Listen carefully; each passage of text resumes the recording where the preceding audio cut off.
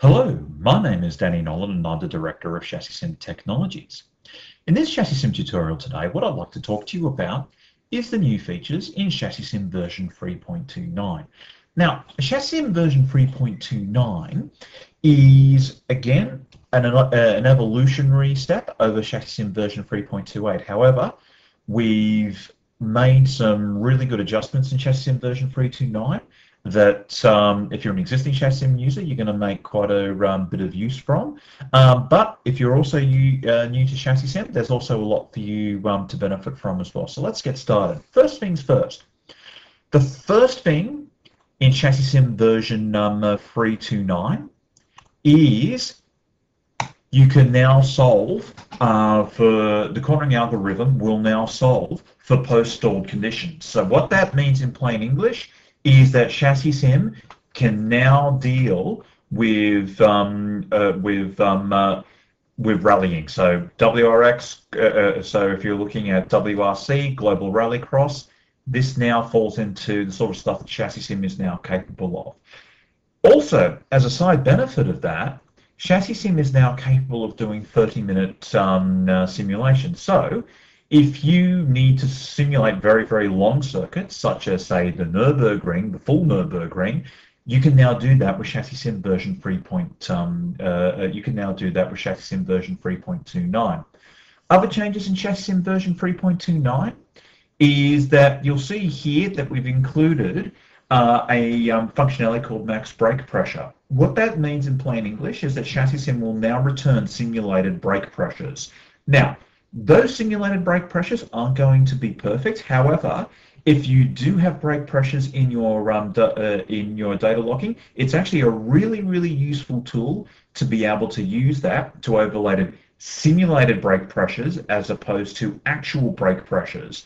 So you've got something to show your driver as well. However, a spin-off of that is the impact of that on our electric powertrain module. In particular, if we take a look at brake regen, you've now got the opportunity of doing 3D brake regen maps. You've also too, that brake pressure channel will now reference this, so you've got a direct measure of being able to do your 3D brake regen. The other thing that we've added to ChassisSim version 3.29 is that we've added some tools for you to be able to do FX to filter your longitudinal forces. Now, where you'd be using this is where you're either doing where you're doing smooth simulations and you want to make sure that ChassisSim isn't overly aggressive on the throttle.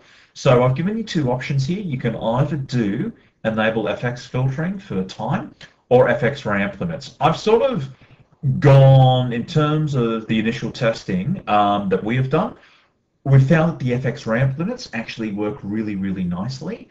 However, that's going to vary from car to car, but it's there as a functionality for you to play with. In terms of other features that we've thrown into ChassisSim, in our advanced options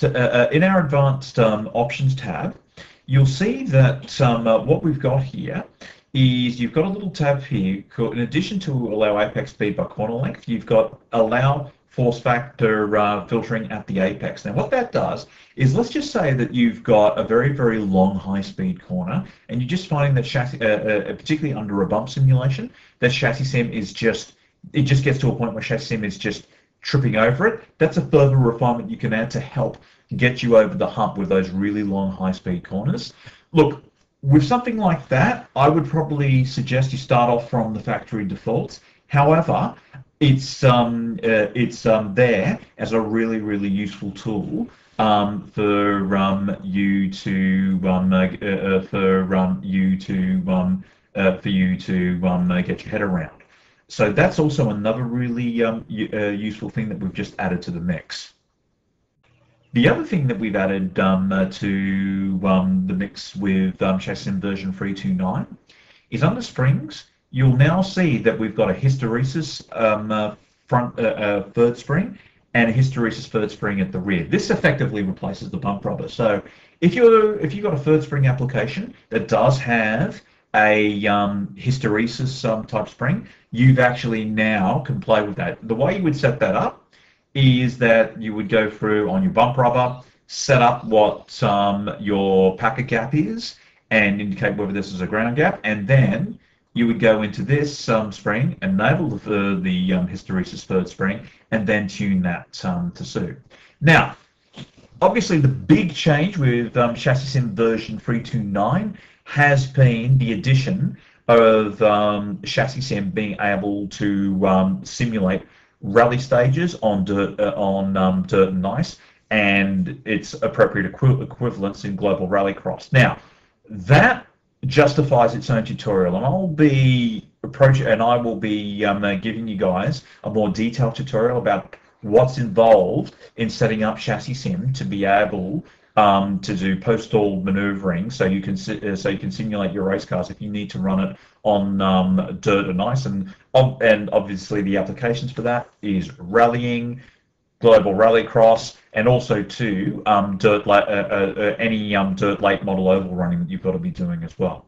So for those of you who are in the ChassisSim community, you should have received your update notices by now, so by all means click on that email and download ChassisSim. For those of you who aren't in the ChassisSim community, again, as always, don't take my word for it. Go to the ChassisSim website, register for our online simulation, buy a few credits, and see for yourself what a useful tool ChassisSim can be, and we'll catch you in the next ChassisSim video tutorial.